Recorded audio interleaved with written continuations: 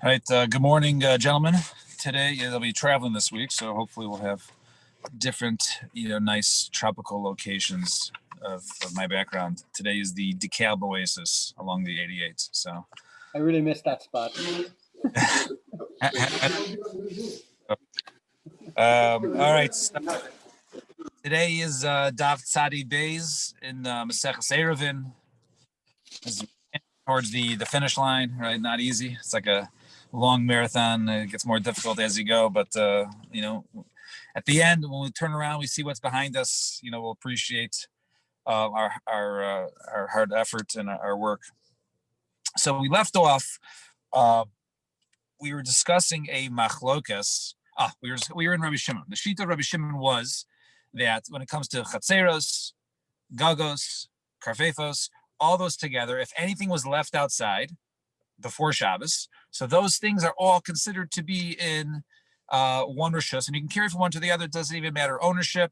So then we had a machlokas. Machlokas was regarding in the sheet of Rabbi Shimon. I think machlokas in Rav and Shmuel is that, let's say one of the chatzeros had an eruv in their yard. So there's multiple houses in a chatzer, and that was one of the chatzeros. We say if something was left out before, so you can carry from one chatzer to the other, no big deal. But the problem is like this: if one of the chatzeros made an eruv, then they're allowed to go ahead and carry things out from their house into that chatzer, and that might mistakenly get mixed up with items that were left out from before Shabbos in the chatzer and be moved to other chatzeros, and one is not allowed to go ahead and move out something from his house into his chatzer into another chatzer.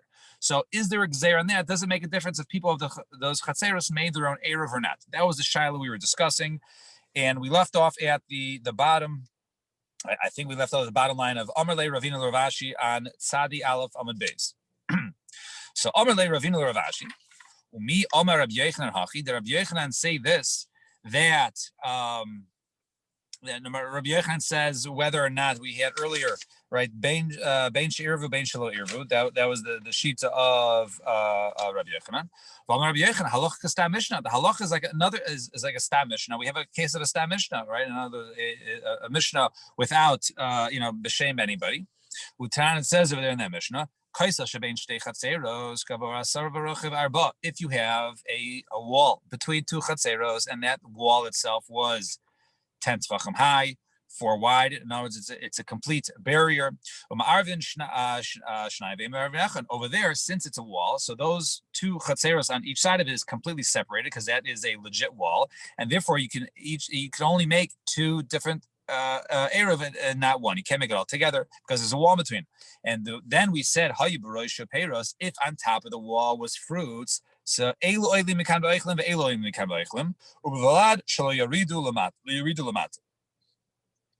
there's something left on top, so then each one can go up and eat the fruits on there, as long as you don't go ahead and bring the fruits down.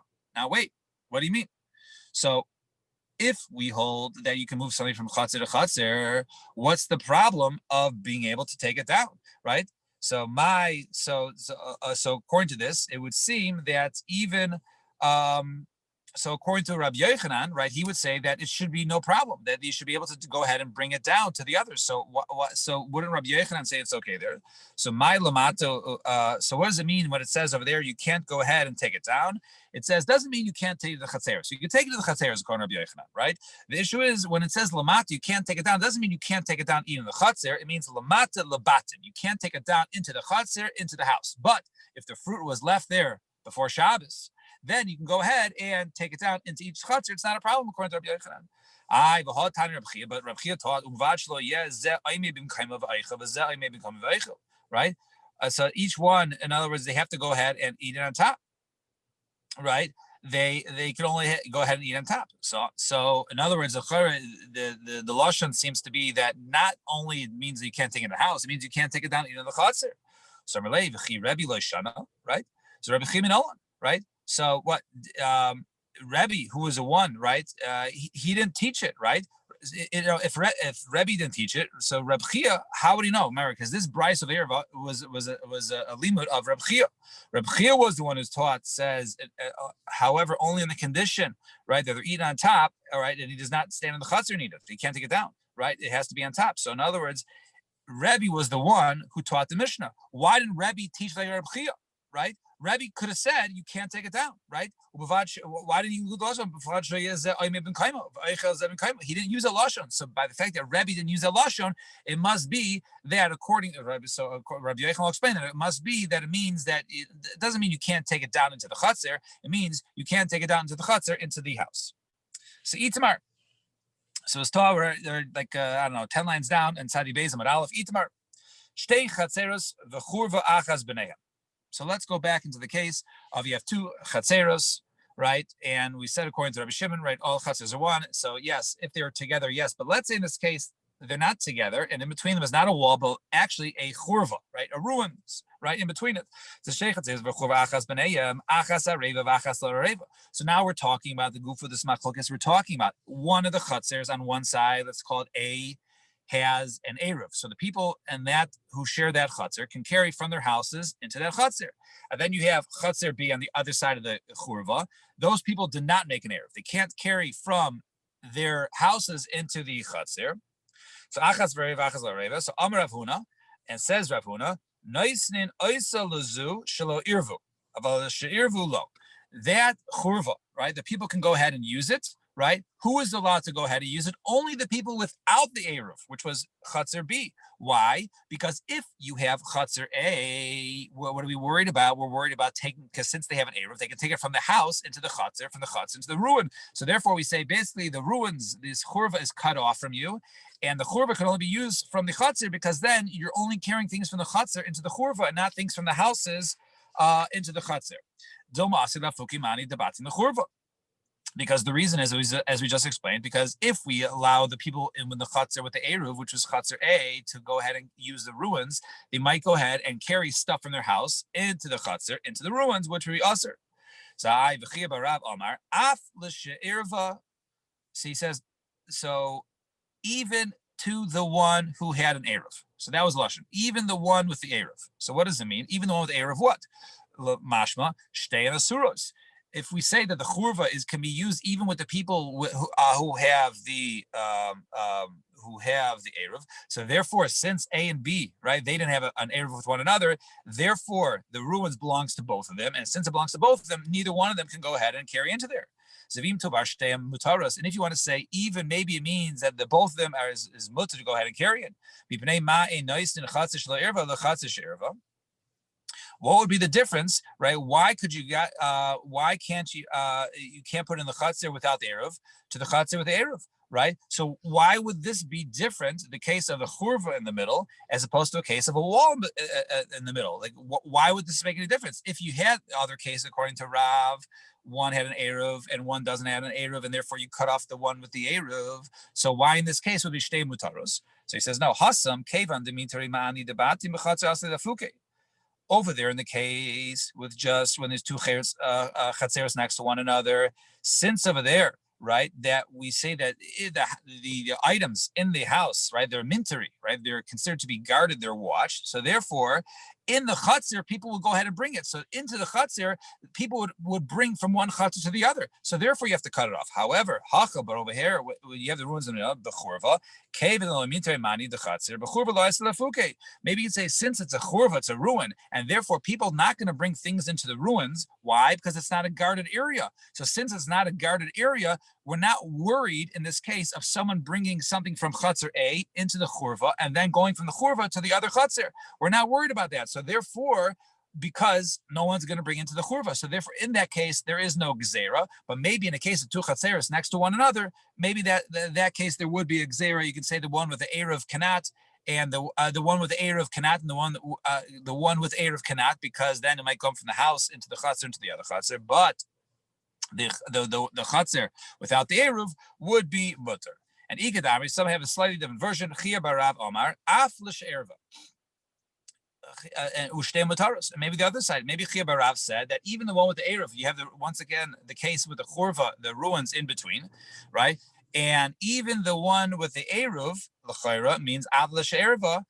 Even those the eruv are allowed to bring it. So therefore, A and B can both bring it into the churvan. So then you have the question of, according to Rav, if one is an Erev, one doesn't, why aren't we concerned that people are going to be from their house into the Chatzir, into the Churva, and then we'll go into the other Chatzir? So if you want to say both of them should be aser, because you can't go ahead and bring it from one chatzir with erev to a chatzir with another. Words, that's different. Hasam kevan demeter mani debati mechatzir lo sharu rabban lo sharu behu rabban da'aser lafuke. Maybe over there in that case, the reason only time you have both of them aser is because, once again, as we said, that people will bring from one chatzir to the other. But in this case of since a churva, a ruin, is not considered to be guarded, so something's not guarded, then no one's going to go ahead and bring, and therefore there is no reason to go ahead and make a gzeir in this case, because no one's going to bring from one chatzah through the ruins to the other. So therefore, it's not a kasha and Rav. And in other words, this case is different than the case of two chatzeros. If one is an Erev, one doesn't, Rav would still say, okay, the ones with the Erev cannot go ahead and bring things onto the wall, because over there it might go to the other chatzir, right? So therefore, that case is exera. But in case of the ruins, Rav would even agree that they're both mutter. Why? Because no one's bringing items that need to be guarded from the chatzir into a churva. Fine. So now we got to the Mishnah. It's a new Mishnah, and even though despite new Mishnah, we actually, like we've seen many times in Erevin, it's a repeat of stuff that we've seen earlier. So we've actually seen this Mishnah multiple times. Mishnah says, Gag Gadol Samach Lakatan. Actually, we had the Seifa more than the Reisha, but Gag Gadol Samach Lakatan. So if you have a large roof next to a small roof, okay, so here is a picture. I'm going to show you guys. You see over there, you have one larger open next to like a townhouse next to the other ones, right? So now the unique circumstance about this is when you're in the large one, all right, you have actually walls on all four sides, right? You have the three around you, or not walls, but edges, right? Edges. And then when I say walls, I mean good asik, right? Remember we say good asik, that if there's an edge, we can say that the wall comes up even though it's flat, but we say halachically it can be, there's like a wall there, there's a barrier there. So now you actually have on all four sides. We're on all four sides, right? One, completely on one side, which is, if you fall off, then the two other sides. And now what about the side between you and the smaller townhouse? So that's different, because on the two edges, because since it's smaller, it doesn't completely go on that border. The first edges are areas where you can fall off. It doesn't lead to the smaller roof on the other side. So therefore, it's considered to have walls on all four sides. But if you're standing on the small one, then you only have walls on three sides, because the other fourth side, the side between the small roof and the large roof, is completely open to the large roof. There is no area of the small roof that is on that edge, right? That is not covered in between. Therefore, so back to the case. So Gad Gadol Samach Lakatan Hagadol Mutter. Therefore, the larger one is mutter to go ahead and carry around. Why is he going to mutter carry it? Because there's four walls there. Since there's four walls on that roof, because on the fourth side you have the two edges which don't have the small roof, and therefore those are considered to be walls on that side. And the cotton usher, and the cotton, the small one, is considered to be usher. Why? Because you don't have the opening on the other side. The fourth side is completely adjacent to the large one, and therefore there is no wall on that side. Therefore, you only have three walls and not four walls. And obviously, that what you say in the large one to the small one is talking about where the two walls are within 10 amos of one another. Because if they're within 10 amos of one another, we consider like the wall is closed when it comes to a chatzir. So that was case A. That was the Reisha. And the Seifa, almost an identical case of large and small, right? Where the smaller one is basically the entire side is the large side, but instead of talking about roofs, we're talking about chatzeros. And this is the case we saw multiple times. Chatzer gadol shenifer katana. If you have a one chatzer gadol, which is large, open up into a chatzer katana, so gadol muteris, the carrying the larger one is mutter. Ukatana asura mipnei shika pischa shagadol. However, the smaller one is asur because its entire side is open into the gadol. And here, let's say, is a picture of that one, which let me just see if we've, or over here, that is the case there. Fine. So that was the case in the Mishnah, almost two identical cases, just one is talking about roofs, right, with no actual walls, we say good achis. And the other one is talking about a chatzir. So lamali lemisni tarti. So the Gemara asks off. So a second wide line. So why do you have to tell me two cases? So lamali lemisni tarti. So Rav, according to Rav, who says good asik. So ktani gag dumin de chatzir. Right, so it's to teach you that a roof is just like a chatzir. Ma chatzir minka mechitzasa, just like by a chatzir, you can see the walls. Right, there's fences all around. Therefore, it's like actual walls. So afgav minka mechitzasa. So too, an edge of a roof, right, with no fence around, is we do say good asik, and then with the wall halachically comes up, and therefore it's considered to be surrounded by walls. And Ula Shmuel, and according to Shmuel, who holds we don't say good asik in that case if you can't see the wall. So what does he say? So Gag dim the chatzir. He would teach you that the roof is similar to a case of a chatzir. How so? Ma chatzir darsi be'rabim, just like a chatzir is a place where people go. Avgagnami to call Darcy Beirab. So too, the roof is talking about a place where people walk, and since people walk between, on the roof, therefore, that's the reason why we don't say good asik, because it's people walk between the two roofs, and therefore that shows us there is no wall in between the two. So Yosef, Rabba, Reb Zera, Rabba V'Chanan, the Yosef Abai Gabai. And Abai was, I guess, teaching them all, Rabba, Reb Zera, and Rabba V'Chanan. So he says, V'yasmi Kamen, they said, Shma minam masnisin. What do we see from our masnisin? Diuri gedola b'ktana. However, ve'ein diuri katana b'gedola. So we say that the part of the gedola, right, that those people that are in the gadol, the katana is also part of theirs. And we'll soon see how, I think 5 different cases, how this plays out, halachically. But those people who were in the katana, right, the large one is not in their rishus. In other words, right, let's say those, mechitzas you have, when they in shuls, right, when they have the, the one side of mechitzas where you can see through one way, but the other way is mirrored, right? So basically, it's like a one way, right? It's a one way border. In other words, if you're in the gadol, you can see into the katana, and the katana is part of the gadol. But if you're in the katana, right, then you can't, basically, the gadol is not part of yours, and therefore that's completely separated. It's like a one-way street. It only goes from gadol to katana, but not katana gadol. Ketzad, how so?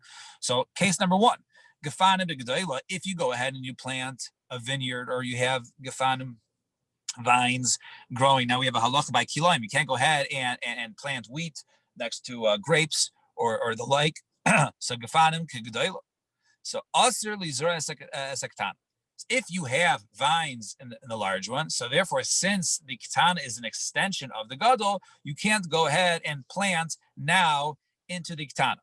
Vim zara and aser. And if you go ahead and plant there, then that which you go ahead and plant is aser, because it's considered to be kilayim, right? It's not considered to be separated by anything. Therefore, you're not allowed to go ahead and plant together. And gefanim mutar. So those are aser, but the vines are mutter. Why? Because if you go ahead and you can't, it doesn't go the other way. So in other words, it only extends out, but it doesn't come back in. So therefore, the gefanim which were there and something which is on the other side isn't the that which is planted in the cotton doesn't come into the gadol to ruin the gadol, but that which is in the gadol ruins that which is in the katana. And gefanim b'ktana, and if you have the gefanim in the katana, the mutar lizar segedola, then you can go ahead and plant in the gedola. Why? Because once again, it doesn't go through. It doesn't go from the katana to the gedola, and therefore you go ahead and you plant in the gadol. It doesn't ruin that which is in the katana, because you can't see through there, right? It's like that mechitza, it's a mirror there, right? So if you're inside the katana, right, it doesn't, it's like the gadol isn't there. But if you're in the gadol, then the katana is there. So too, another case, isha. Now you have a case of a get, right? We'll see in Gittin, I don't know, a couple of years, couple of months, who knows? I don't even know the cycle. But in the case of Erevin, right? When you go ahead and a person has to go ahead and give his wife a get. So he has to go ahead and place it in her hand. So another area he can do is place it in her chutzner. So, but it has to be in her chutzner. So Isha b'gdoila the get b'ktana. So let's say he goes ahead and he throws the get, and she is in the gedola, and he places the get in the small chutzner. Miskareshes. That is miskareshes, because remember, if you're standing in the gadol, the katana is part of you, and therefore he's since the katana is basically part of the gadol, therefore it's included. However, isha b'ktana, if the woman is in the katana, the get the gedola, and he goes ahead and places the get in the gedola, enim is gareshes. That doesn't work because once again, that doesn't follow it. The gedola is not an extension of the katana, and therefore she's not considered to be divorced.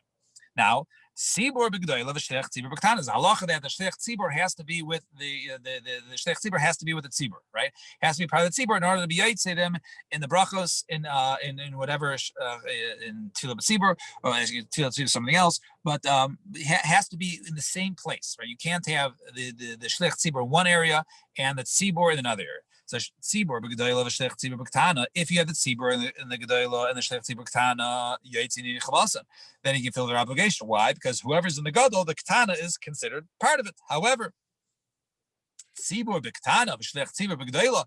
But if you have the tzibur is in the katana and the shlech tzibur standing in the gedola, that does not work. Why does that not work? Because once again, if you're standing in the katana, the gedola is not part of you, and therefore that's not person is not considered to be with you.